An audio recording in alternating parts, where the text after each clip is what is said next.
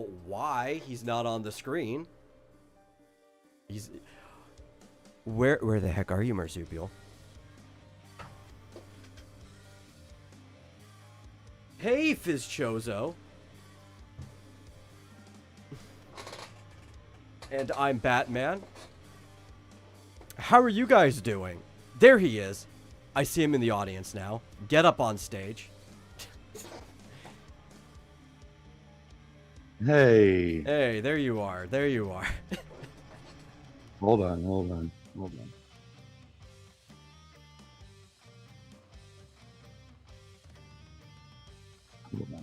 If it's technical difficulties, I don't blame you. We haven't been doing this for nearly a quarter. So. Sorry, I output. There we go. Sorry, I'm doing my own thing. I'm trying to duplicate our Yeah, I see that. thingy, and I just realized that I'm gonna have a problem with my audio unless I can direct the stream audio. Ah, crap. Anyway, hi. Hello. And hello to everyone in the audience. Welcome to Game Central Junction. Before we left, which any of our returning viewers would know that we took a hiatus starting... What was it? I think it was like the 29th or something of December, right? So we haven't been here for the entire year. And you and I talked about possible rebranding. I don't want to rebrand the channel. I like the brand of the channel, but I understood your concerns with the shows, and I figured it would be a good opportunity to split the shows into more focused content.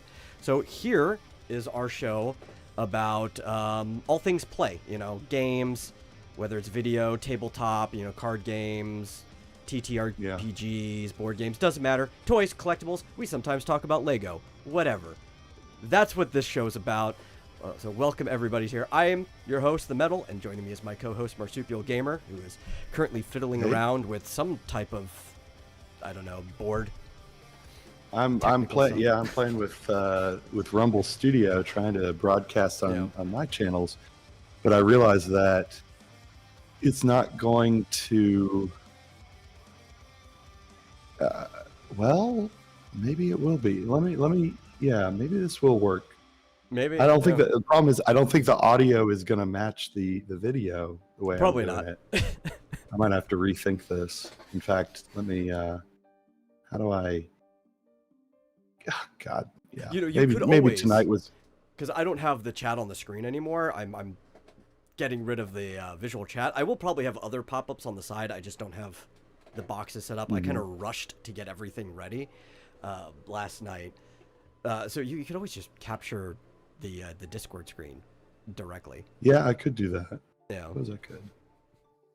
That would probably work better because, yeah, then it wouldn't be all out of sync. Actually, yeah, if I do that, yeah, that works.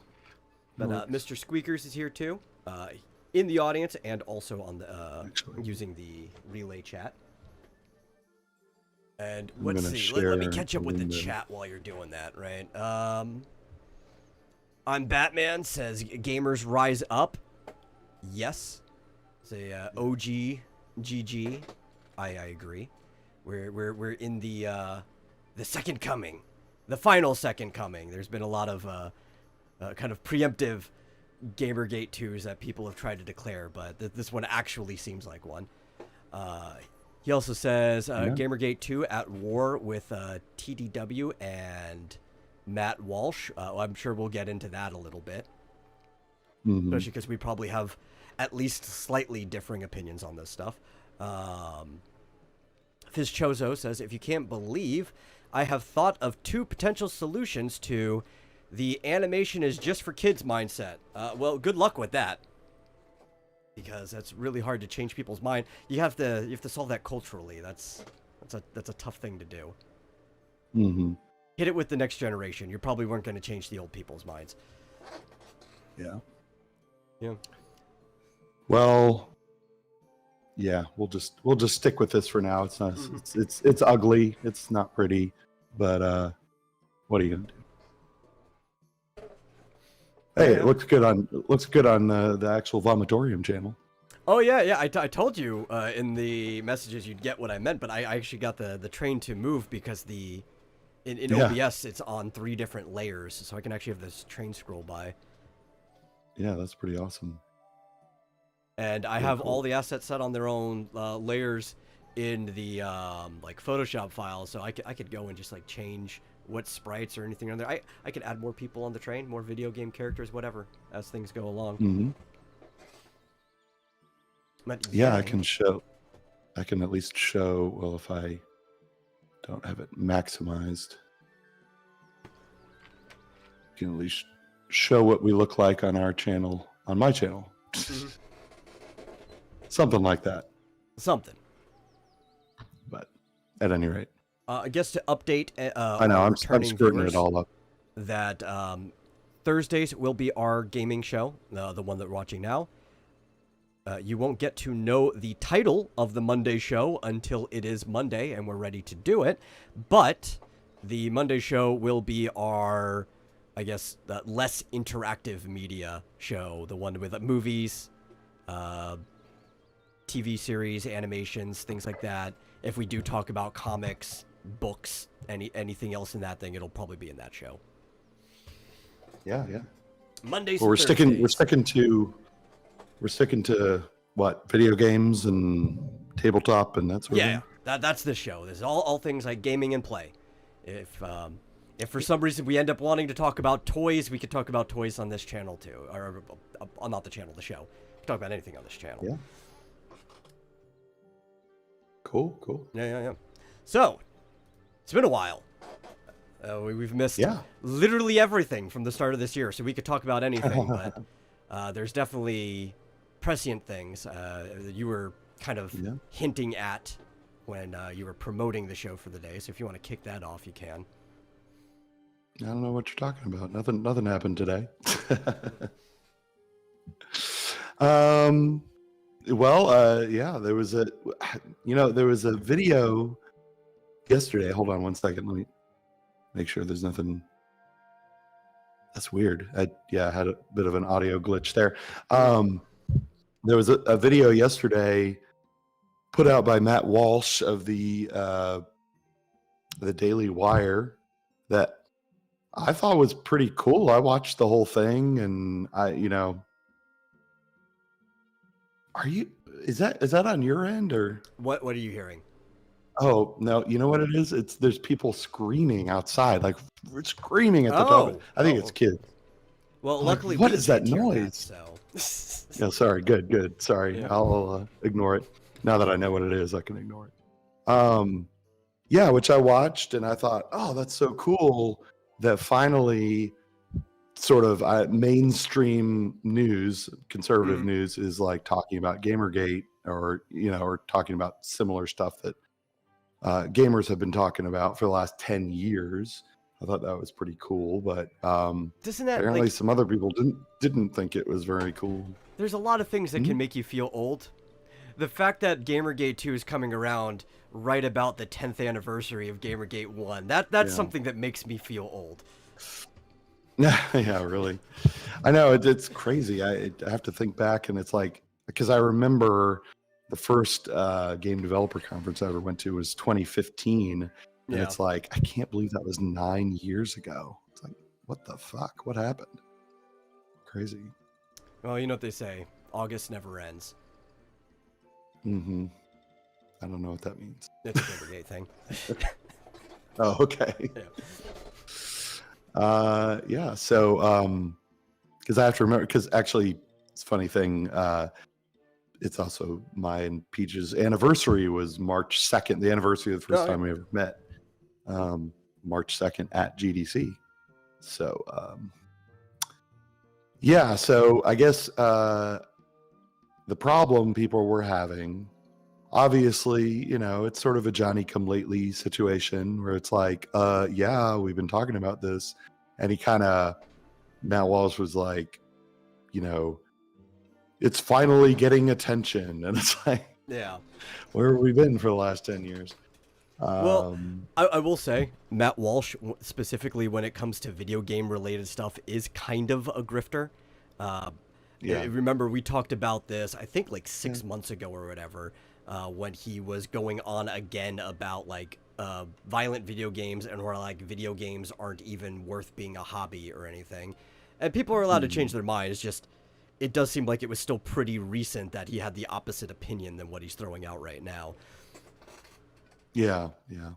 Well, and people, yeah. So obviously, so anyway, D-Day Cobra, what's his name? Jeremy from Geeks and Gamers, Mm-hmm. as well as the Quartering. A lot of people, kind of tweeted about like, well, the Quartering didn't, but Jeremy did kind of tweeted saying, you know, yeah, fuck you, Yeah. oh, fuck off. Like, we've been here this whole time. We know you hate video games anyway. This is just grifting. And I replied to him and was like, well, yeah, but I mean, if he's willing to come around, if he's willing to talk about this, I mean, I don't see Yeah. why we would shun that or turn that away. But he retweeted me, and not to pile on, because I mean, he understands I'm on. He's seen me around, understands we're on the same side and everything, but disagreeing strongly. And I got a lot of replies, I'll just say, disagreeing with me. Yeah. And I'll tell you, some of them were very convincing, and I think I understand where they're coming from. So I'm not gonna disagree that he's been a total asshole and grifter when it comes to to both video games and and anime was like the other one that he was like hitting pretty Yeah. hard. And he does have like a comedic flair to it. The wonder guy is a commentator with a sense of humor, very dry sense of humor, but Mhm. it is he's hopping on it because it's the limelight. That's just how it is. If it brings more Yeah. attention, though, it's like, it's the double-edged sword of we don't want it, but we also want it at the same time. Yeah, exactly. It's like I really don't want people to attack him any more than they attack the people who are actually actively harming the industry. It always seems like our side seems like we have the most invective against our own side, and it's like, what? Let's direct this energy to the right people, the wrong people. Whatever you want to call Well, I it. think that's any passionate group has some level of almost purity testing to it. Yeah. So anyway, Yeah. I mean, that's all there is to it. And honestly, like, even Jeremy like responded and said like, hey, I didn't mean to, I wasn't attacking you or anything. I was just saying, I was just disagreeing. And I totally I didn't think he was. I think he's very passionate about the subject, as we all are. And I said right in my initial response that I totally understand where he's coming from. So, yeah. But I will say, this kind of leads me into a slightly related topic. Yeah. That, like, I've noticed a lot of, I don't know, just in the last few months, and this has been more in Comicsgate that I've noticed this. There are a lot of freaking yes men and NPC type people who just repeat, just like they hear their favorite creator say something and just repeat it without any critical thinking at all. And it's like, I'm not saying that about anyone in particular, but I did get a lot of like repeat comments, like word for word, and I'm like, I don't think that they're actual bots, but they're people without actual like internal dialogue, I think. I think they have internal dialogue, but I mean that is funny to say that. That's a good joke. Maybe. It's just a lot of people, especially if you're busy, right? You work Yeah. all day, you see these people, you may have your favorite person, and from your perspective, it's their job to be informed on this and to make these opinions. This is what a commentator who makes money by putting things on the internet does. And it's like you outsource basically your I wouldn't even say your opinion, but you are kind of outsourcing your opinion. They outsource their information like and reasoning mechanisms to somebody else so they don't have to waste that effort and energy on it. It's like, I just got 18-hour day working overtime because I got slammed or whatever. I can't think about this stuff. I'm just going to let the guy who I trust to think about it for me do it. Yeah, I guess so. The thing is though, I've seen it, and it I guess, is this the right show to talk about comics, or do we talk about on the other one? We do talk about the other one, but it's also our first show back. I'm not going to be really harsh on anything we talk about today. We can fit more into the format the further we go into this stuff. We've been gone for a quarter. Yeah. Yeah, that's true. Yeah. Well, I mean, just as a side note, I've seen it also in comics recently because there's been a bit of a schism there, and we don't have to get into that right now. But just where people that I like and people that I almost always agree with, like YouTubers, they'll say something and I'll be like scratching my head, and I'm like, okay, like seriously, I agree with you 95% of the time, but this is a little bit weird, and like I don't quite understand where you're coming from. But then I'll see 100 people just repeating, yeah, and I'm like, really? Like, I don't know. There's a lot of tribalism that go in it, and I'm not the first person to notice this, but I've just noticed it more recently. Yeah, I'm just getting jaded. I've been jaded. I know. Just call me Matt Walsh. I'm just using, arguments on the internet for clout. Well, you know me, like I am like the least tribal person out of anyone. Like if I have a different opinion from everyone, I will be the first one to be like, no, I think you're all fucking stupid. Indeed. But which whatever. Actually, you tweeted something I think yesterday, which was hyperbole, but I'm definitely going to disagree with. And you said that you think Stellar Jade is going to make a gajillion sales on the PlayStation 5 exclusive. Stellar Blade. Stellar Blade, sorry. Stellar Jade is the name of the premium currency in Star Rail. It's very close. I have Star Rail in my brain. Oh. But Stellar Blade is going to make like a gajillion Oh, sales. Yeah. That wasn't hyperbole. That was a straight up joke. That was just a joke. Because I don't even think it's going to make at most a few million sales, despite the fact that it's like the most pre-ordered thing right now. And part of the limitation there is the overlap of people who want it and people who actually own a PlayStation 5. And just like a lot of the things we've been seeing lately, the PlayStation 5 is a big limiter to how much a game sells, even if it's hyped up. Yeah. No, I hear you. No, I thought it was just funny that there's this one account on X that is fairly new and has been doing nothing but posting basically butt and jiggle physics shots of the main character from Stellar Blade. Well, she is, and they've gorgeous. Gotten, but they posted their stats, and they've gotten like 10 million, impressions in like the last 5 days. Like, God damn you! I want some of that. Damn it! But yeah, I was just kind of joking around. Yeah, I was mostly joking around with that account. I don't care about playing a video game just to see a woman's butt. I have the internet for that. It's like, okay, I hear you, but if you're going to be playing a video game anyway, why not also look at a woman's butt? Right? See, you're looking at it from the wrong perspective. I'm already playing a game. Why would I not choose to play the one where I get to see something nice in front of me the entire time? Yeah, exactly. That's what I think too. Yeah. And the game looks fun. It's definitely. I didn't know what type of game it was since I've had very, very limited internet access up until like earlier this week. So I all I saw was like maybe a screenshot here or two and people talking about it. Oh, I finally go and watch footage. I'm like, oh, this is that general type of old school PlayStation action adventure game that you would totally throw up with like maybe Near Automata, or like, I wouldn't necessarily say it's a Devil May Cry style game, but it's in that vein of action adventure. I'm like, yeah, I would play this. Gorgeous woman action adventure. Why not? You know? Yeah, isn't it kind of similar to?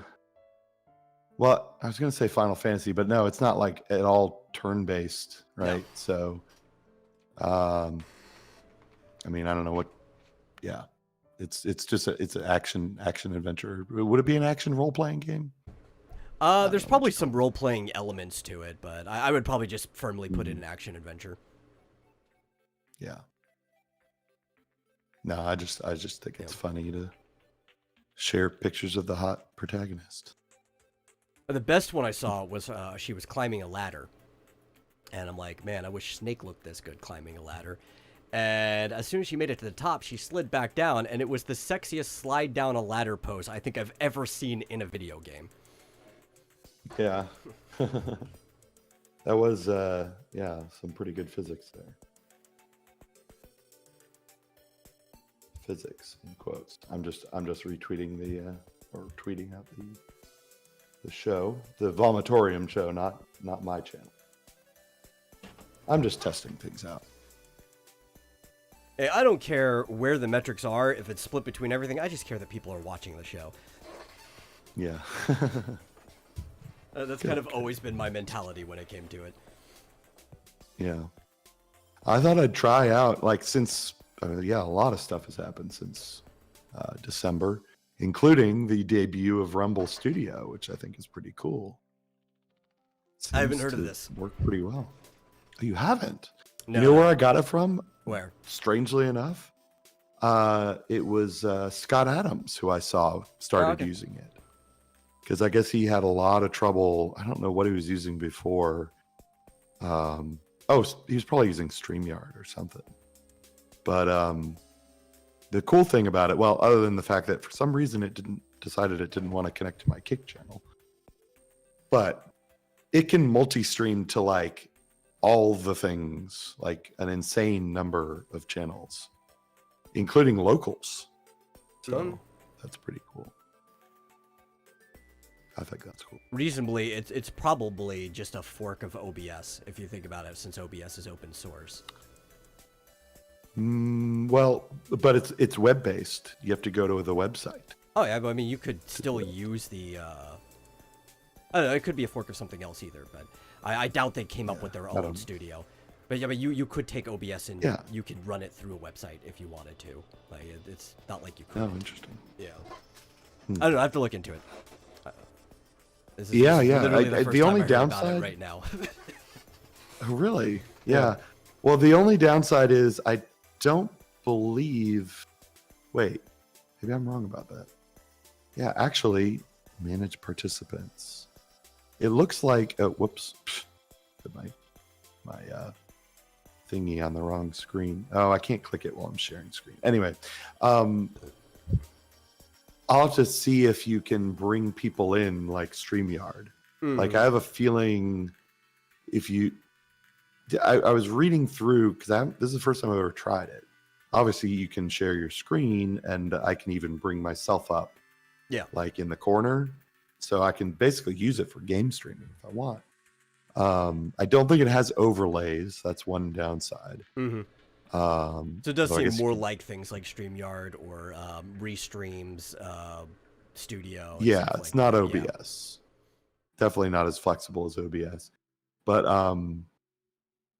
Which I don't know if you can even bring if you in... did use it as a fork, you'd have to make it as lightweight as possible if you were going to run it from the web, regardless of like what you did. Yeah, it's very, very simplistic. My only question is, can you bring in other people with video? It seemed to imply that if you brought in other people on your stream, they would only be on audio. But either I might have misunderstood that, or maybe they've added audio. Because I was looking at it earlier, and it looked like you could bring like people on video, but I'm not sure. We'll see. We'll see. I figured I'd fiddle with it. But yeah, it's right now it's connected to. I just was like, okay, click all the things. It's connected to like my YouTube, Rumble, Twitch, Kick, X, and Locals. So I actually have a Locals account. So, All right. or a Locals channel. Crazy.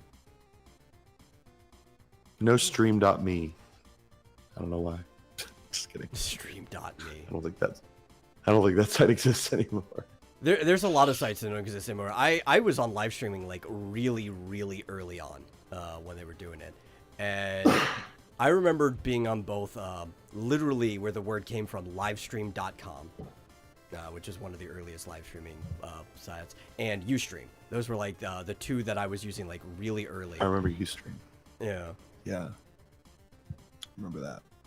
And I don't think either of those. I was briefly on, what was the Microsoft, or the one that Microsoft bought? Mixer. Mixer, yeah. I was briefly on Mixer. I did like 3 or 4 or 5. I liked streams Mixer. on Mixer. It's crazy. Because I liked all the little interactive things that it had on the side, like the fireworks and things that you could set off. Yeah. That was cool. I did D-Live for a while. That's still around, I guess. It is. But, Restream was bugging me to reconnect our D-Live when I finally got back on the internet. And I'm like, well, I don't have that many ports. I'm not paying for Restream, so I just disconnect it. I can reconnect it some other time if it's ever a thing. yeah. I mean, it's been so long since we streamed a D-Live anyway. Mm-hmm. I'm curious to see. Hold on one second. I might get back up. I want to make sure. I I'm guess getting audio. talking about video games, I did play some games while I was gone. Maybe not. Oh shit! I don't know if I'm getting any audio out of here. I don't know. Huh. Oops. But I finally got around to playing Octopath Traveler 2 while I had no internet access.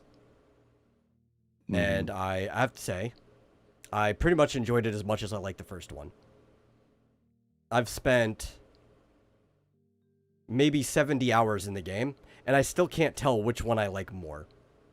Just because, like, there's a lot of really cool things added to it, but then there's also some things that kind of, like, subtract away from it and kind of even out from the first one. A lot of quality of life updates, but then, like, I don't know, the warrior Hikari, who they build up to try to be like the most important story in the game, is kind of also like the lamest story in the game, where most of what happens is 3 hours of talking. Like I went back and did all of his story after I had finished like chapter 4 of some of these other characters, so they were overpowered. Killing all the fights like this, it still took me like 3 hours to get through his story, just because of how much talking and getting nothing done happened in it. And I'm just like, whatever. There's good stories at least, but like his was It would have been better in a different type of game, I think. Like if it was an action game, because his story's kind of supposed to be as a warrior, like a shonen battle story in a way, and use like the provoke or the challenge thing to like fight 1v1 battles throughout it. And as an RPG, like your mind should be feeling like how these battles go. It's just not anywhere near as good as the other stories for the format of storytelling they're using, right? Like almost every other one is like, well, there's some interesting drama going on, or there's some comedy, and that's really what's carrying the story. His is like, you have to interpret everything, and it's still fine ultimately, but it's the weakest of them. Yeah. It's a good Well, game. I haven't had a whole lot of time to play new stuff, but I have seen there's been an interesting. I don't know if this is a trend. It's something happening twice make it a trend? I don't know. Probably not. We'll have to Right, see. because if I it think happens again. we'll have to use a scatter plot for that, and I don't think you actually have a trend in a scatter plot until you have at least 3 points. Right? Okay, got it. Because otherwise it's just an array. Well, yeah. Well, I've noticed 2 different projects in the last couple months have come to my attention that basically involve people recreating retro games from scratch, Okay. presumably using something like Unity, I'm guessing. In fact, they may say on there, let me see. I don't, but like not ROM hacks. Yeah, but and I feel like that would brand be new. kind of a challenge to get done right, like to get the feel of it right, because you're taking Right? something Yeah. that was originally done in assembly for the hardware that it was on, and now you're trying to get it to feel like it's functioning that way in a modern engine where Yeah. everything might be a little too smooth. Yeah. Although there's pretty well documented, like very specifically documented, like what do you call it? The way that certain NES games physics actually work. Yeah. Like I've seen some videos that actually walk through the assembly language code and say this is what happens on frame 1 and frame 2 and frame 3 and Yeah. you know, how the gravity works. So if you kind of have that information and you really want to recreate it, you should be able to. Anyway, Yeah, because you would just people have been able to. You would just basically have to do it procedurally in the order of the frames, right? Like you're basically making a string that's like, this is how it'll operate until it operates like this, until it operates like this. Yeah, something like I don't know how they're doing it. Although, so Hey, one of the Joshua Hughes is projects, here. no. Hey, welcome, man. Says, welcome back. We're glad to be back. Thanks. Yeah. Well, one of them didn't have to worry about that too much because it's a remake of Final Fantasy 1. Yeah. Which is all turn-based. There's no physics whatsoever. It's called Final Fantasy Renaissance. That's right. You shared that, and I think I pinned it, and I still haven't gotten to download it because I forgot about it, right? You know, you pinned something so long ago, I finally get the internet back. I'm not going to go think to go look at that. Yeah. It's cool, but I mean, the only downside to it is that I don't believe that they've changed anything having to do with the actual game. So like, luck still doesn't work. Well, no. So they fixed all the bugs. Okay. So let me tell you what they did change. Yeah. No, I meant. Well, let's go over what they did change. They've added 10 new jobs to it. You know, from future Final Fantasy, you know, they've got like the what do they call it? The Dark Warrior or whatever it's called. Knight? Dark Knight, yeah. Dark Knight, Blue Does it Mage, say which version Geomancer. of Dark Knight? Because there's technically two different Dark Knights, right? There's the Magic Knight, which is the Dark Knight in 3, and in most of the games, it's the same type of character that Cloud technically is as a soldier. But then there's the Dark Knight where they actually use the word dark in Japanese, and that's the one that like hurts itself to do more damage, like how Cecil was at the beginning of 4. Let's see. So it looks kind of like Cecil at the beginning of Final Fantasy IV. It says combat skills. So and all the classes got new skills and abilities. So this one has a combat skill called Blood Weapon. Regular melee attack with a weapon gains the life steal for the next 2 turns. So it actually doesn't hurt them, I don't think.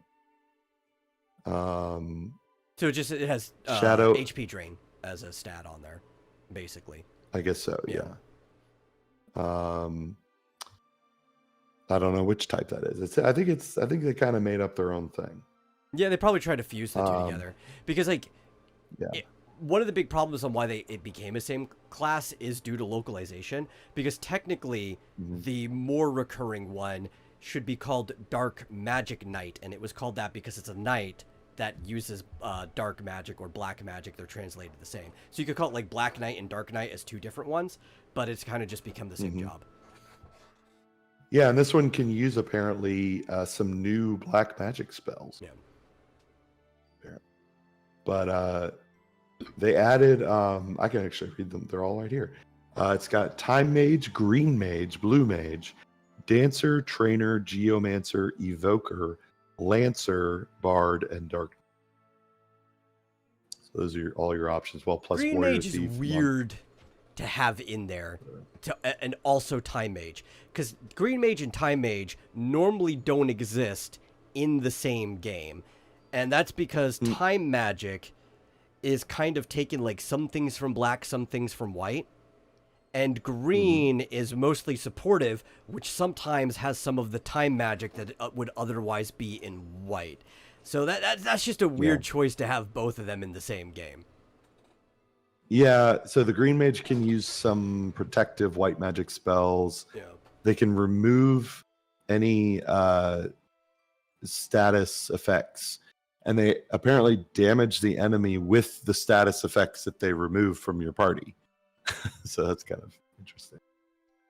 But yeah, Lancer obviously can jump. That's basically a Dragoon. No, Time Mage can completely restart the battle. That's something Time Mage could do in several games, yeah. In 5, they can just restart the battle. It's one of the later spells you get as you level it. Yeah.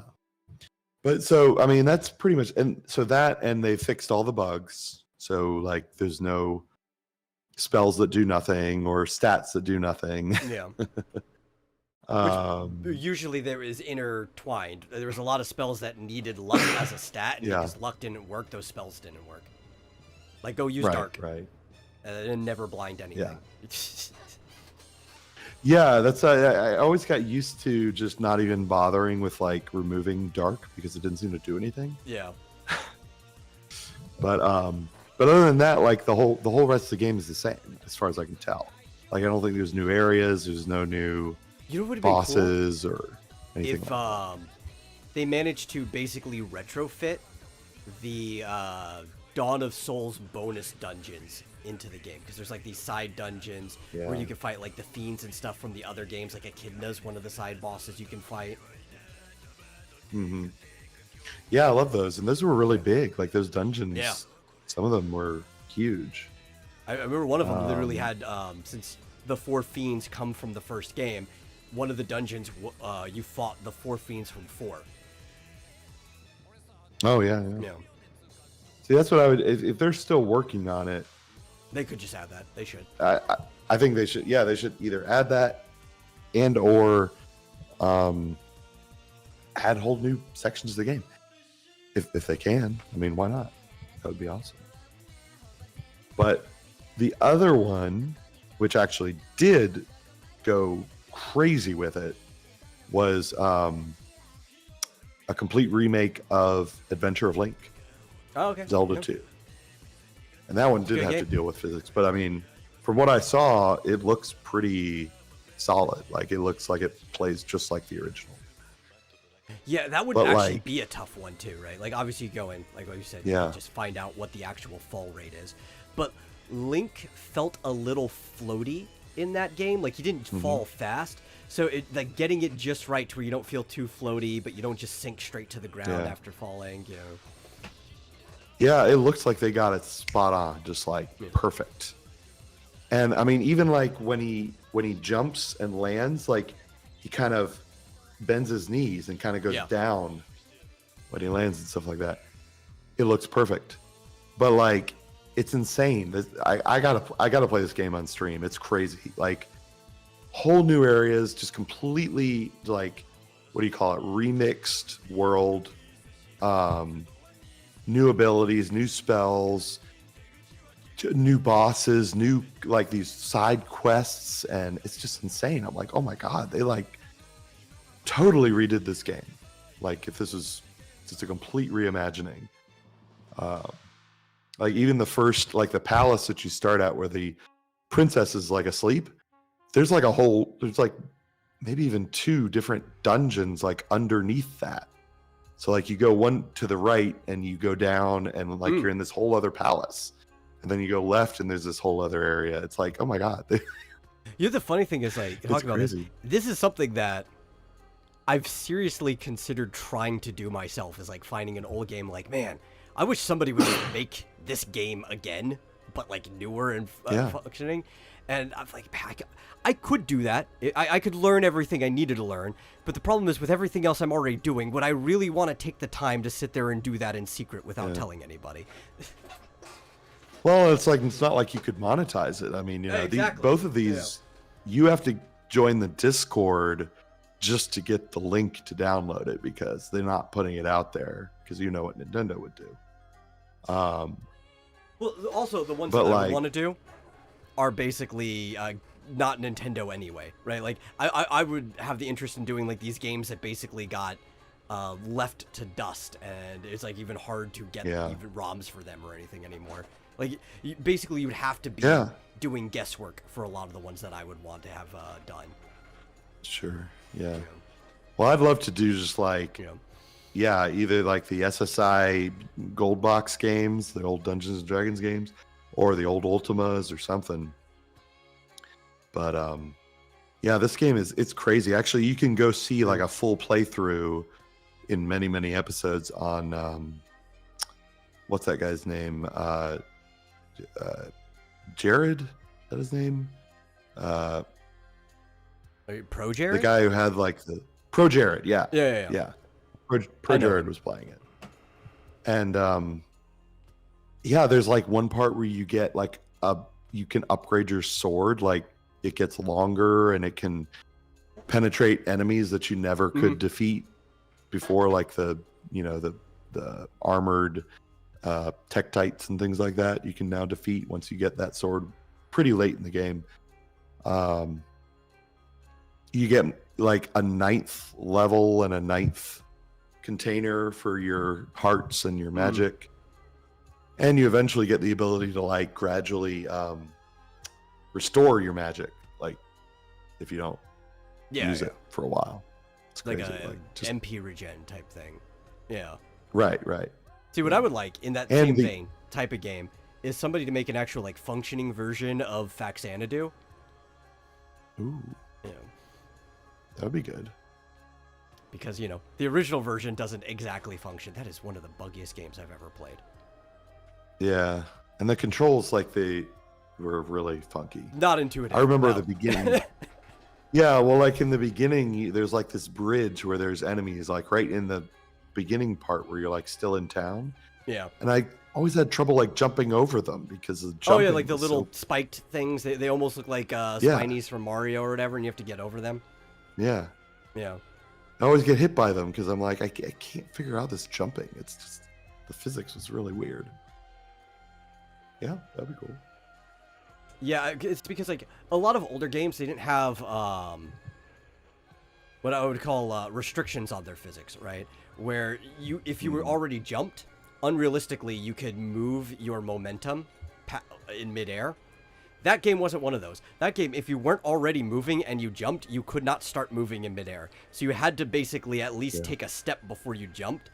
And then you still also have to hold it. It's like, this is the most backwards physics. Why, if I have to have momentum before I jump, why does it stop if I don't hold it? I really want to get down and, like, yell at the people who designed that game. I'm going to track them down and be like, why did you design the game this way? Really? Did you ever play the NES version of Strider? Probably once or twice at my cousin's house. I didn't have it myself, but I have like vague memories of playing it. Yeah, it was shit. It was utter shit. Although I beat it from beginning to end. I actually managed to beat that game. But like, the physics are insane. They're just, it's clearly an incomplete game. Like they ran out of time or something because... You should play a better game, and you should play a ROM of Strider 2 on the PlayStation, which also has co-op. That's a great game. Strider 2 was made very well. Cool. Yeah, and it's funny because I've been watching these YouTube channels that will break down these problems and actually look at the code and find out why they're so fucked up. And it's like, sometimes it has to do with like mistiming the scan lines. Mm-hmm. So, parts of enemies would show up at the top of the screen, and it's weird. Like if you jumped, absolutely nobody knew what the hell they were doing back then. Like even a Yeah, Nintendo, which they probably. did better than anyone else because they would like stall release until something was ready. But it's like there was the Wild West. Everybody was still just trying to figure out Yeah. everything. That's why the Super Nintendo, much better system overall. Even like third party and smaller studios, there weren't anywhere Yeah. near as many bad games made on the SNES as there was the NES. Yeah. Well, what I found out was the trick with the SNES was it's practically identical to the NES, at least in So terms all of the experience that you had of programming. that, you could carry over. Yeah. The only difference is it literally went from 8-bit to 16-bit. Yep. So every, byte of or every, command would basically be whatever 4 hex digits instead of 2. So you could just do more. But yeah, other than that, it worked exactly Yep. the same. Speaking of NES, I found my Now You're Playing with Power poster. That was one Ooh. of the older. This poster's older than I am. I guarantee you, because I don't think there was a few NES games that still came out after I was born during the SNES era, just like some stragglers. None of these are. This had to have been before I was alive. But it's got like all the different promos. I would have to guess this is either 88 or 89 based on the images that are on here. Oh, yeah. Yeah. Well, then it's not older than me. Oh, of course not. I think it could be. That's cool. You're older than the NES. I am. Yeah. That's right. I'm about the same age as the Atari 2600. Maybe not quite. Did that come out in 1975 or 1977? I don't remember. I don't. It's a good system, though. Yeah, pretty good. It's so old, there couldn't be shovelware for it. People just couldn't produce it fast enough. Well, I mean, Well, I think it was. wasn't. I mean, there What was the next? there was eventually. Well, no, I don't think it was that one. I think it was. What was the next model up? Was the. Oh, the 50, I think it was. 5200. Yeah, or whatever it was, the 5500 or whatever it was. I think that had a lot of shovelware. I guess, but You know. were there games that only worked on that and not on the 2600? Yeah. Because I don't know. Oh, okay. I never had that. I just know that over time it seemed like the games started to get worse and worse Yeah. for the 2600. And part of it, for both of them in general, in Atari, it was just accessibility to making the games became more and more because more people started figuring out, oh, basically anybody can make a game. Doesn't mean you can make a good game, but basically anybody can make a game on how simple that system was. So people were just like, I mean, E.T., come on,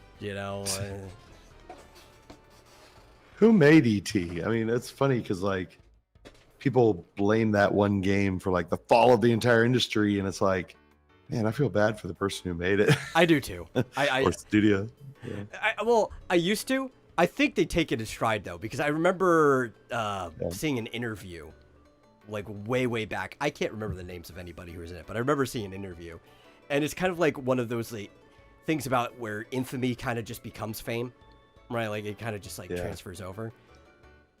So I hope they managed to flip it around on it. It sounded like they did. Yeah. Well, I guess Atari itself Yeah. made the game. But yeah. Huh. And some of those games, like, did you ever see? I think there was a AVGN episode about the Indiana Jones Atari game. Oh yeah. It was so awful. It was like, how would you ever? It was just so convoluted, and you had to like blow up the side of the screen with a bomb, and that's how you got to the next screen. It's like, what? How would you know this? It's crazy stuff. Well, and the games were so simple in design because like they had to be. Sometimes you couldn't even tell what you were doing. Like some of the sprites and models didn't even look recognizable to what they were supposed to be. Mm-hmm. Yeah. Gaming's come a Crazy. long way. Yes, it is. But in some ways, now we've not got necessarily chicken well, sticks. right? Like, some of the best games are better than ever, but like, there's also way more crap than there's ever been too. And I don't know, I just want less expensive, more stylized games. That's all I want. Mm-hmm. Yeah. That would be nice. Yeah, like I was trying to think of it. Oh, go ahead. I was saying one of the other games that I ended up playing, this was a replay while I was gone, was the RPG Off. Have you ever seen or played that one? It's an indie game. I think it was originally French, but there's an English translation. You can kind of play it for free. It was like one of those games that circulated like that. And it's... Yeah. In some ways, it's kind of like the precursor to Undertale, because I think it was like 2008 or 9 or something when it came out. And it's very, like, everything about it is esoteric, right? It's... Things don't make sense. I think, like... there's this underlying theme about somebody dealing with schizophrenia, like a child that was abused or whatever. But you play the batter, and you're trying to purify the land. But like nothing about the physics of the land makes sense. Like, the seas are made of plastic, and the ground is made of like metal. And if you didn't have metal for the ground, then people would have nothing to walk on. And the things don't inherently make sense the first time you hear somebody explain it, but the world starts to kind of make sense to itself over time. It's a very fun, very short game. Or it's a lot shorter than I remembered it the first time, because a lot of the game is a riddle in itself, despite being like an RPG. It's an ATB system, so it's got a lot like playing Final Fantasy VI when you're playing it. But it's the type of game where the riddles and puzzles you have to solve are like finding information that the townspeople have, or like reading posters and stuff like that, and then figuring out how the information you just got gets used in the puzzle, codes, passwords, things like that. And since I've played it before, and I went through and I kind of knew where to look, the first playthrough that I had of it took a few sittings of coming back and forth. I finished it in like one sitting. Like, man, this game is way fucking shorter than I remember it being. Yeah. But it's a fun game. Definitely very fun. And not enough games, especially indie, use the ATB system. I wish more games would. Oh, yeah. Wish they would. I wish Final Fantasy would go back to that. Yeah. Or at least something. Even go back to 10. I wouldn't mind if you did the turn order initiative system that like Octopath and stuff uses now. Yeah. Yeah, I thought that was pretty cool. But, yeah, I thought, speaking of, new, better games, have you been following this controversy with Helldivers 2? Listen, I don't even know what Helldivers 1 is. I keep seeing the name everywhere. Okay. I've never seen gameplay of either of them, and people are making a big deal out of it. It's like, I'm out of the loop completely. I mean, it seems to come down to... This is a game Nazis in it or something similar to that, or people are projecting that there's Nazis in it, but there might not actually be. Yeah, that's what I'm saying. I don't think there are. I think it's a fun game. Yeah, it's not woke. It wasn't touched by Sweet Baby Inc. And it's really, really popular. But it's, I guess it's not like a AAA studio. But people are basically mad that it's a fun game that people like that hasn't been, approved by the right people. Yeah, because I think I might have seen a screenshot of one of the soldier designs or something in it. So, and I think it looked like a shock trooper. It's like Starship Troopers. Okay, and I think I saw a bug too. Yeah. And it's like, I think they were saying the uniform kind of looked Nazi-ish. I'm like, but that's just like what any shock trooper would look like. It's not particular to like the SS or anything like that. Yeah, I think that's it. Is that it? Just they didn't hire sensitivity readers, so But also, what Josh kind of going back, back, like Starship Troopers. You just say people that think Starship Troopers is a fascist government and they hate that stuff. So like, I'm not surprised. Yeah. So we actually haven't even gone into the whole Sweet Baby Inc. thing. No, not really. Too. Yeah. Which I don't know. Do we need to? Doesn't everybody know all about that? Maybe they do. Maybe they don't. Yeah. Well, I mean, so it's funny because like people are saying, so Sweet Baby Inc. is basically sort of, what do you call them? The sensitivity readers slash censors, essentially, who come in to fuck up your games so that it's nice and woke and, approved by the regime or whatever. But like, all these people are saying, well, but they don't actually do anything, and the game studio has a choice. They don't have to bring them in at all, or if they do, they don't have to follow their advice. And I'm like, why would you look hire at fucking Helldivers? Well, look at Helldivers too. This is what happens when you don't. Yeah. They come in and they basically launch a harassment campaign where they call your game a Nazi game and far right, and your studio sucks and you should be shut down and blah blah blah. I mean, this is what happens when you don't, because they didn't, I don't think. But it's like hire such a a self-defeating studio argument, recruit. though. Like, Yeah. they don't have to listen to them. They don't do much. It's like, well, if they didn't contribute much, why are you paying money for them to do their thing in the first place? Yeah. Like, nobody would do that. Yeah. Somebody all in the these people are studio like, convinced their bosses that if you got them to make the games a little more progressive, then it would sell more. Even though that's not the case. They just, everybody at the highest end of things are disconnected from normal people. So they have to trust people's opinion on that. It's like, no, actually it's going to make your game sell worse.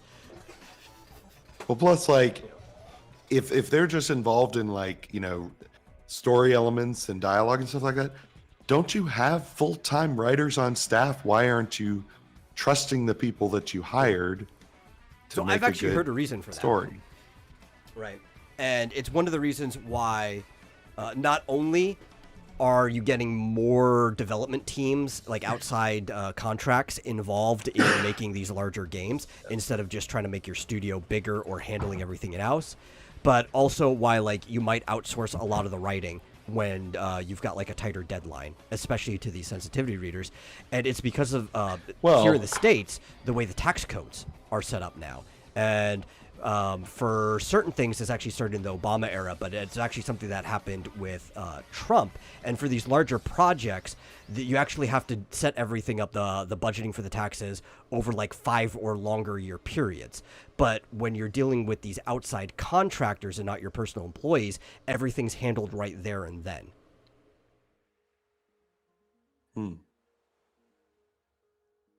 So that's Okay. one of at I don't least know the about that. incentives for why this stuff starts. Yeah.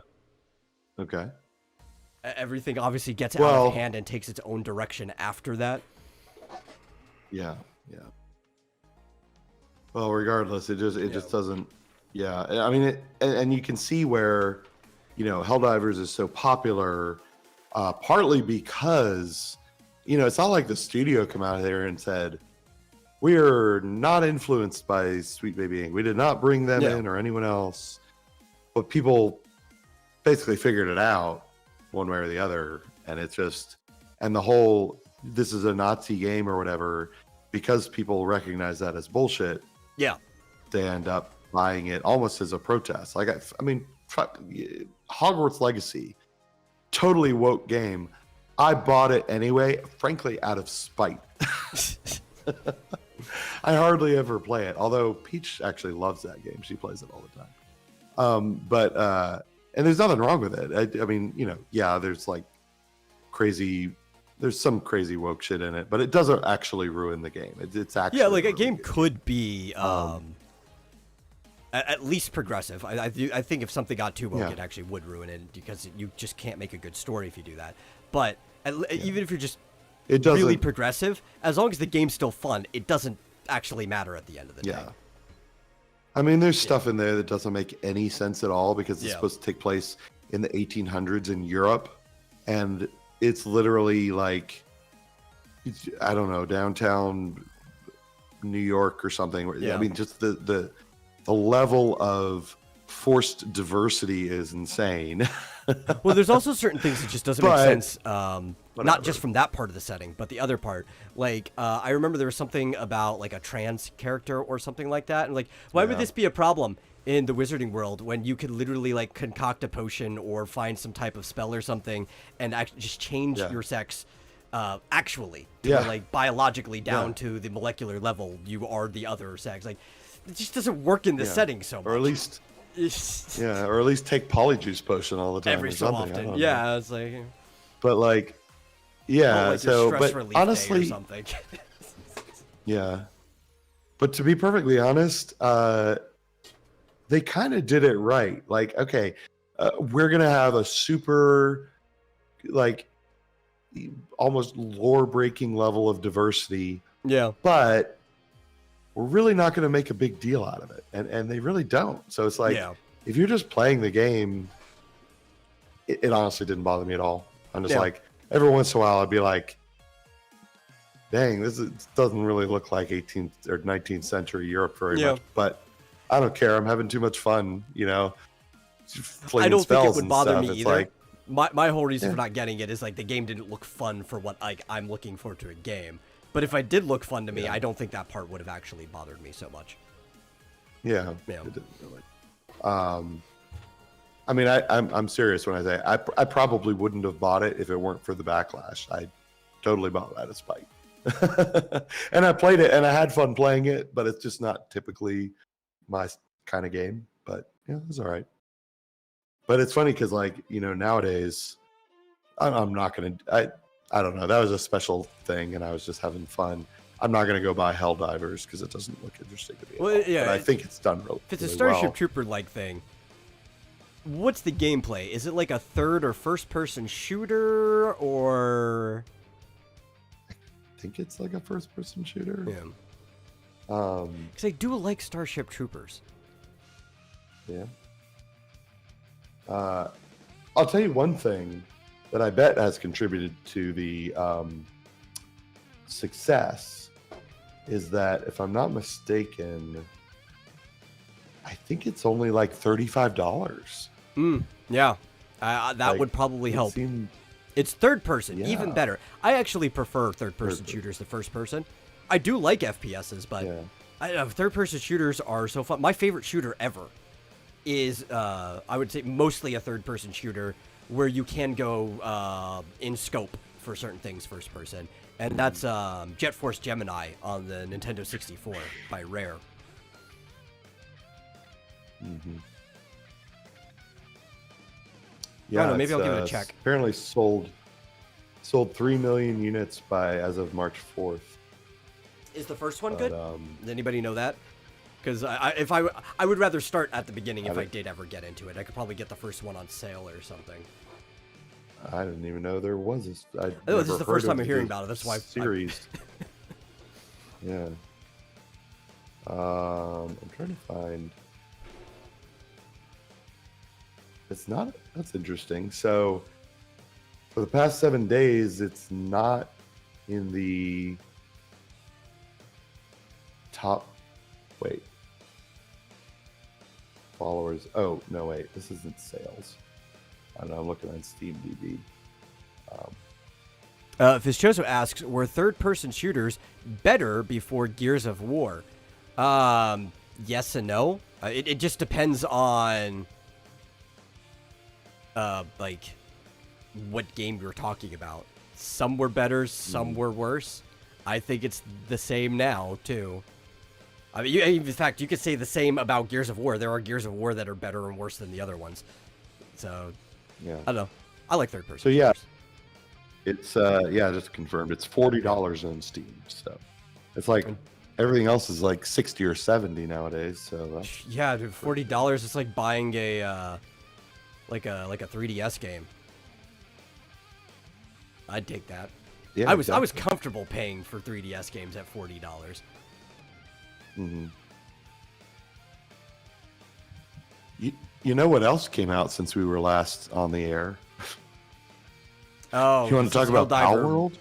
Yeah, we can a little bit. Oh, sorry. But Joshua was saying that Helldivers 1 gameplay is completely different and that like nobody who's playing 2 has played 1. Oh yeah, well I'll have to go and dig into that myself to see if I want to play the first one. But apparently you don't need to enjoy 2, so I don't know, I'll look into it. But we can talk about Power World, especially because like we probably have some differing opinions on that too. Because I saw a lot of people were saying some really stupid things about Power World that I did not have time to engage in because it would be like 1 or 2 tweets that I would see while I was at Walmart when I had no internet. So Mm-hmm. let's talk about Pal World. All right. What's your opinion? Well, was the first thing was You want to answer? the one thing where I think I disagreed with almost everybody that I personally know, where it was the whole Pal World literally ripping models from Pokemon and recoloring them. Yeah. I don't think so. I think they were. Well, there were definitely some that like Oh. I know Pokemon well enough that I saw the model immediately. It's like, yeah, that's actually just recolored meshing. Because you could rip the model straight from the Pokemon game. People did. That's how they tested to see if. Oh, you do think they? Oh yeah, no, you I do think they did 100% know for very specific ones. I don't think they did that across the board, but they were probably doing that just to save time. All right. Yeah. I wonder if they're going to replace those or redo Maybe. them before the final release because it is in early access still, right? But there's a couple that like if you were to take the same Pokemon model from like the like X and Y Sun and Moon era, and you were just to like transparently slide it over it, they fit exactly. So it's, yeah. Well, but I saw one person on X that seemed to do a viral tweet about it, had basically admitted that they faked it, that it didn't actually match, that they had to change one of them to match.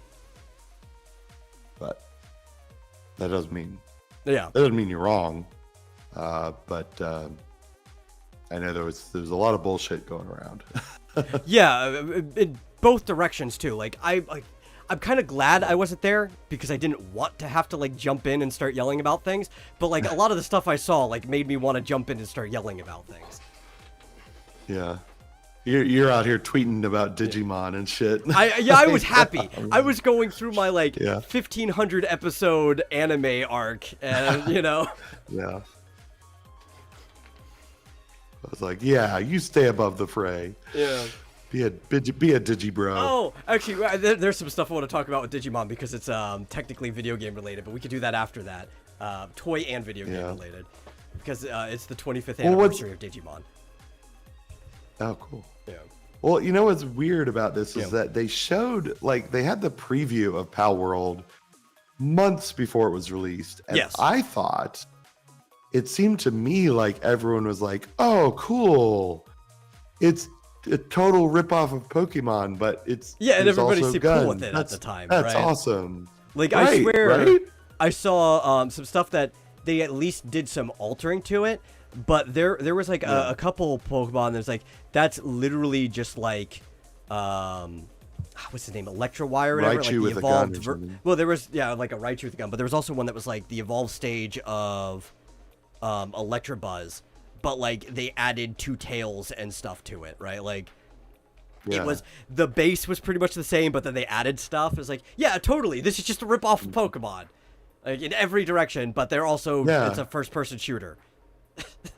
Yeah. And I mean, there's nothing wrong per se. I mean, everything has had a ripoff. I mean, what's it called? Torchlight. Totally a ripoff of Diablo. Yeah. But like, what's wrong with that? Like, as long as you don't actually steal or use the same names or assets or whatever. Yeah, I think one of the big things Okay, is, cash in, man. because I don't know if this is actually true, but I had heard that, like, the product was Chinese. No. Like, that might have just wasn't been a BS American. rumor, but I remember hearing that about Yeah. when we first saw the first trailer. I haven't been keeping up with that part too closely. I feel like it was Korean. Korean? Okay. Let's see. Pocket Pair.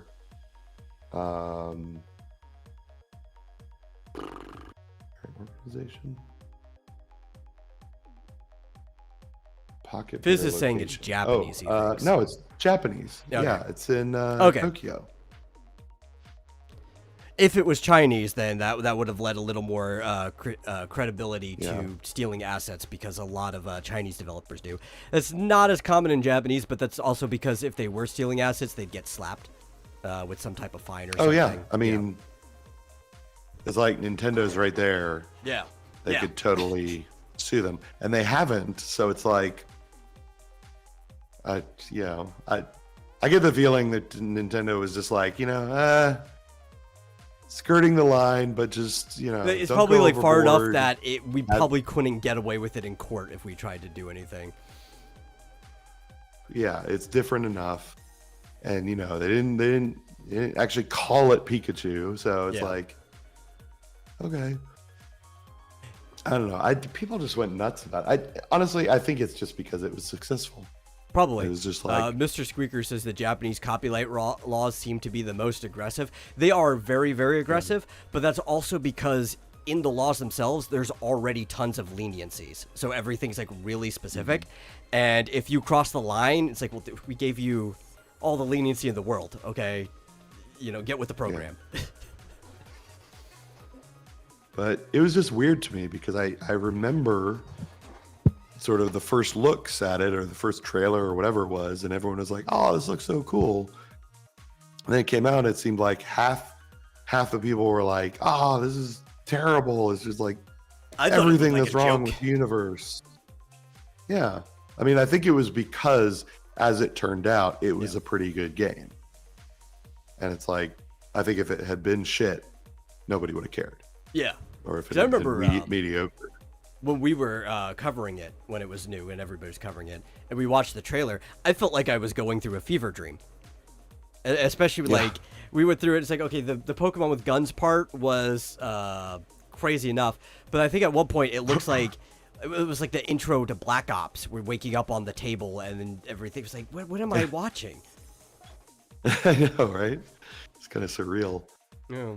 But like, yeah, and I mean the fact that probably the fact that Asmongold played it a lot and loved it didn't help. Well, I mean, it helped sales, but it didn't help the discourse, I'm sure.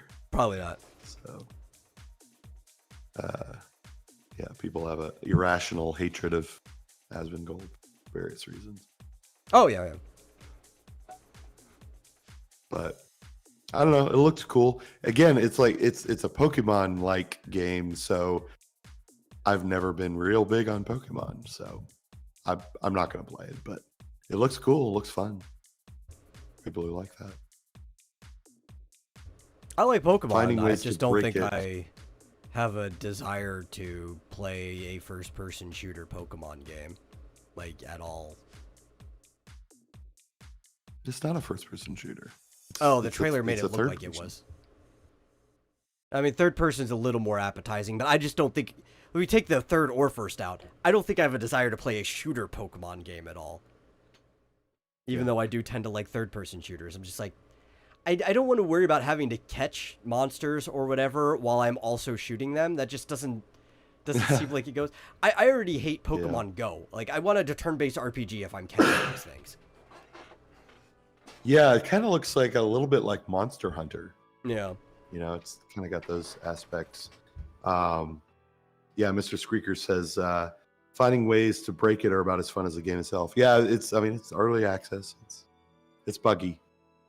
I've seen some pretty funny bugs. Nintendo should copy Pal World, call it theirs. Fizz, they could. I mean, they have all the power in the world. I wouldn't buy that either. Vistuzo was saying something about survival games being in early access. Did Ark ever come out of early access, or is it still? I don't know. It's not that I think I don't think all survival games go into early access because there's definitely like AAA studios that make survival games. It's just like survival games with the engines that are easily available to people are kind of just the easiest thing to make. You just put like a model in there. You set parameters for like hunger and stuff like that. You set parameters for how you can gather resources, and then you're good to go. And a lot of these things like Unity give you like a default island you can start like modifying and stuff. That's why you see a bunch of survival games in early access. It's just easy to make with the tools that are at hand. Yeah. So there are sort of parts of Arc that are kind of in there too. In that you can sort of craft things, and although you can have your pals help you craft, which is pretty cool. Crafting. Yeah. It looks like Ark Survival Evolved is not in early access anymore. I don't think so. But anyway. Have them man the assembly lines. Like, I'm Yeah, not totally it's against funny. the idea of crafting. I'm just, like, burnt out on every game having crafting. It makes me not want to play a game where that's a thing in it. Especially these, like, survival games where they don't even necessarily give you a goal. They're just like, yeah, no, you're in the world. Come up with your own goals. It's like, well, I don't want to play that. Yeah. I want to come up with my own goals. I'll go make a game myself. That'll be the goal. True. Yeah. Well, Yeah. all I have to say about that, I guess. Yeah, I I mean, think it does people look should fun calm for- down and just Oh, yeah, people should enjoy calm down. games. Yeah. But the other thing, Digimon. So this falls in kind of games, kind of toy. Digimon technically started out as a game. A lot of people don't know that. It was the part of the Tamagotchi line, so it was a standalone handheld game, and it was the Tamagotchi battle monsters or whatever Digimon. So you had like this little rectangular Digivice. The cool thing about it is like if somebody else had one, you could put them back to back and you could battle each other. So 25th anniversary of Digimon. It's become such a popular brand with the like anime and manga and all the other stuff that happened with it. They are putting out these really high definition Digivice for the first time that actually look even more like the ones that you see in the show and less like the ones that you actually collected before the show came out. And they've got like this really, I mean, I don't know if you would actually call it HD because there's not enough pixels, but like it's HD in the fact that the pixel per square inch would be the same. And you've got these like really bright LCD screens where you can see like these full color Digimon sprites and the Digidestin do their thing. You can battle people. It even has like the same link up battle. This time you actually have like the Digidestin from the original like tie and all that. And it looks really, really cool. I'm probably never going to be able to get one, but it looks really, really cool. I kind of want one. Wow. How do they make like little, how small are these things? From what I could tell looking at the preview, I would guess it's probably like this big in my hand.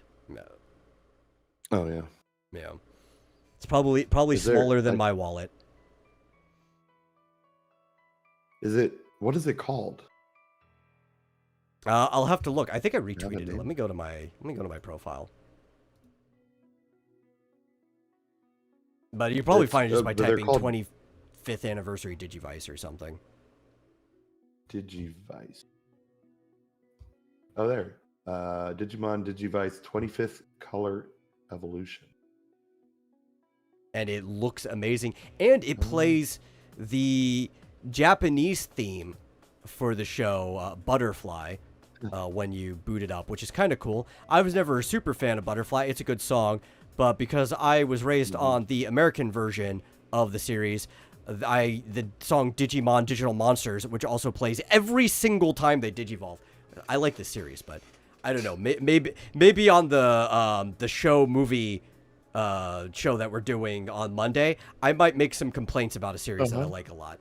I've watched a lot of series that I might make some complaints about. But man, No. I would want to mod this to where it plays like the English song, just because I'm so attached to it. It looks great. It's amazing that they can make a tiny little screen like that is still just as, high quality as a HD TV or whatever. Yeah, because I remember what they looked like back when I was a kid. And it's like a Tamagotchi screen just on that rectangular Digivice. So it was just like this small, I guess, I technically wasn't LCD. I don't know. It was like the weird liquid things that all those handheld stuff had, where it was only black pixels on an empty background. Yeah. and very low res. How they went to LEDs. You know, I watch all these nerdy things on Yeah. YouTube. There was a video about the switch from LCD to LED and how the trick, apparently, the reason that I guess there was a lot of, well, I don't know if this was related. Apparently, it was very difficult to make a blue LED. Okay. And I could see that. I don't know if that was why it took a little longer to come out with LED screens or not, or if maybe it was unrelated. But yeah, LED it's screens cool that also they- just don't break as easily. Just in general, I remember because like DS was still liquid crystal display, and I know it was still liquid crystal display because I've seen how the screens break. And when you have like a LCD screen break, even if you have like some type of backlight or something making it show, you get like this black goo, like the actual liquid from it that spreads across the screen, which happened to at least one of my brother's Game Boy Advances, but also happened to one of my DS's originally. Mhm. And it's just like, it looks horrible. It's like, it's like weird. It's squidding like, or something just went all over your screen. yeah, they I guess the way it works basically is there's like a light shining through, and the liquid crystal part just blocks certain pixels, right? Yeah. To make it Certain pigments. display. Yeah. Whereas LED, it's just actually individual, like microscopically small lights that light up or don't. So amazing. And they're so efficient. Like the lifespan of an LED, like any individual light, it's really, really long. Here's another bit of trivia that I'm sure nobody cares about. I was just watching this on the other day. You know how the original Game Boy, the big old black and white thing, had would take four AA batteries, and then they came out with a Game Boy Pocket that would just use 2 AAA batteries. Yes. But the lifespan of the Pocket wasn't. It was less, but not significant. You know, not terrible. Yeah. Compared to the original. Apparently, the only reason it wasn't terrible was because battery technology in general got better in the span of time between the release of the original Game Boy and the Game Boy Pocket. Yeah, had nothing to do with it. Yeah, anything that that Nintendo actually did to make it more efficient or whatever, other than I guess it was just smaller. But yeah, I was watching this video on the Game Boy Pocket, and they were like, they just got lucky that suddenly battery technology had this And sort I'm of so leap. thankful because I still have my Game Boy Pocket, and it was one of the things I was complaining about when the new 3DS came out, and they only had the XLs here in the States until people made a big enough stink about it. And I was one of the many voices yelling into the void. And it was like the original Game Boy, too big to actually be a practical portable device. So they made one that could fit in your pocket. And since then, every single device that they made was sized around the Game Boy Pocket, right? Game Boy Color, about the same size. Game Boy Advance, it's basically a Game Boy Pocket turned on its side. DS is 2 of them folded over. And then they're like, nah, we're only going to sell the big ones. Like, but it won't fit in my fucking pocket. Yeah. I like the big ones because I don't know, my hands are too big or something. Yeah, I'm sure if you're like 6 foot or over and your pockets could probably fit a 2-liter soda in it, it's perfectly fine. Well, I never tried to put it in my pocket. I guess that's the thing. I would stick it in my bag or whatever. But if you're like my size, or also the fact that like their target audience are kids, so most of them are probably smaller than me. I would gather. I used to be much smaller than me. it would be very hard to fit those XLs inside of a pocket, because while they're still skinnier than the original Game Boy, I believe they're actually taller if you stand them on their side, so they take up more square inches. Yeah. Well, the Switch must drive you crazy. You definitely can't fit that. Yeah, no, I have a case for my Switch. I don't carry that around with me typically. I treat it more like a console that I can use handheld when I'm walking around my house, but I'm not walking around town with it.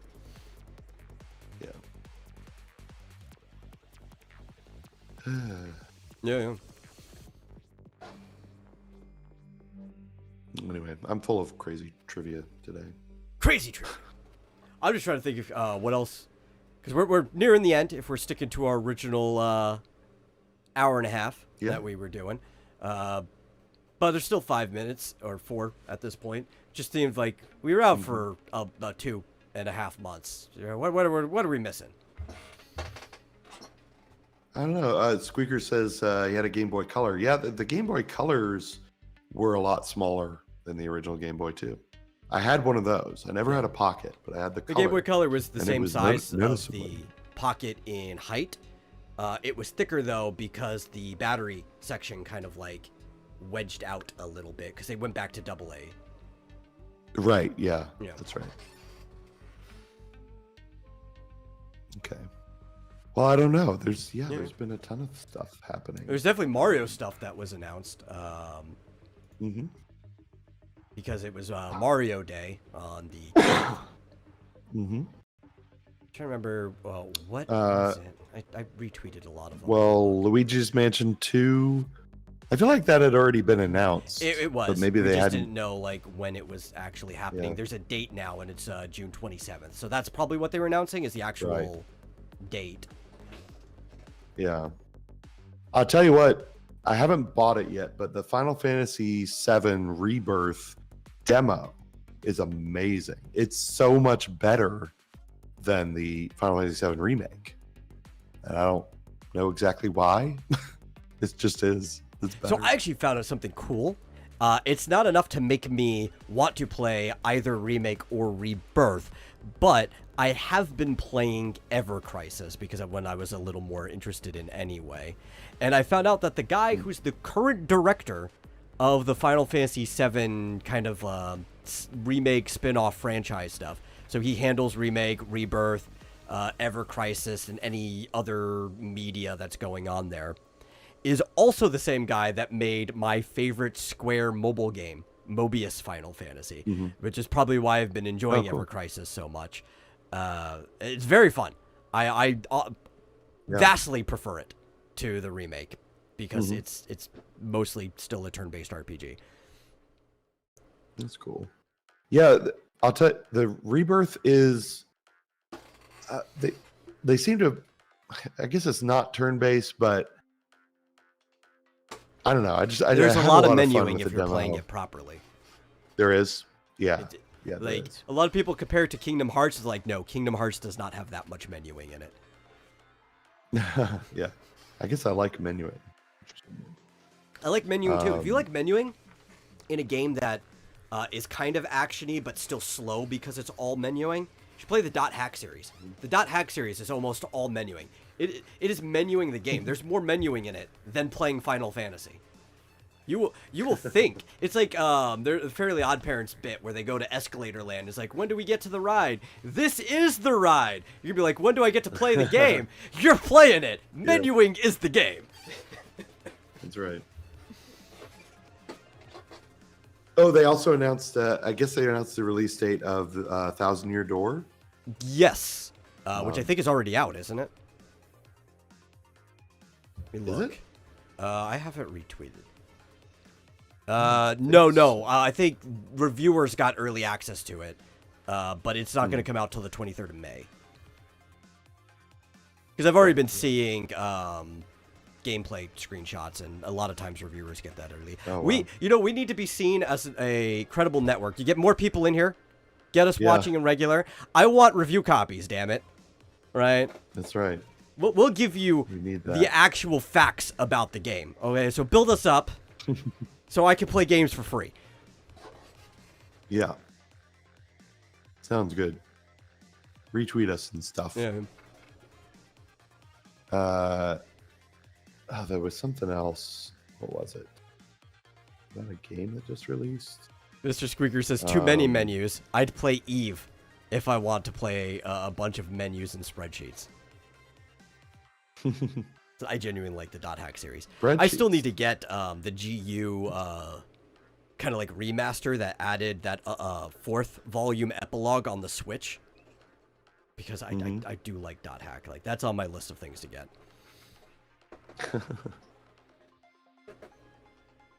But yeah, that's the show. I was gonna bring something else up, but I can't really remember, so I guess I'll think on it and talk about it next time. Yeah, I mean, maybe next time I'll also probably talk about Honkai Impact 3rd Part 2 is out. I've been playing it, but I haven't finished the part of the story that it's up to yet, so I kind of want to sink some more into it before I talk about it, so people can look forward to that. And people can look forward to Monday, when you get to have our kind of a media show, where we'll talk about, I don't know, movies or whatever, and I'm going to berate people about anime for at least half an hour of it. It'll be fun. I think, actually, something we should do on the show, just to give people a heads up, maybe not this time, because we're still setting everything up, but you're always interested in something, I'm always interested in something. I think we should, like, pick a show each or something, and we'll both watch each other's show with each other. Like, I know you like Spy Family, and I've been meaning to get into it anyway, so maybe I'll just like catch up from the beginning through, and maybe that'll be one of the shows we watch. Maybe I'll pick something too, and we'll just kind of like do that. Yeah, because I mean, I rarely watch much of what you watch. Yeah. And I wouldn't mind having an excuse to like try it out. You know? Yeah. I don't know. If I'm not gonna talk about it, I don't really have any reason. I find it hard to sort of get into these new shows, or shows that are new to me anyway. Yeah, I'll just force you to watch through all of the remake of Urusei Yatsura. Because it's still going. Okay. I did want to mention, this is what I've almost forgot, was Stardew Valley Update 1.6 is releasing on the 19th, so I might fiddle with that before the next Thursday show. So we'll see how that is. Apparently a lot of new stuff. It'll be fun. I mean, it's Stardew. I don't know if it'll make me want to replay it, but I mean, I've been informed by credible sources, i.e. or whatever, i.e. Lofty Pixels, that playing Stardew Valley is not real gaming. So I'm sure you missed that, but a couple weeks ago on Flashcast, Lofty just went off on mostly on women who claim that they're gamers but only play Stardew Valley or is that Animal the modern Crossing, day version of like women who only play Farmville?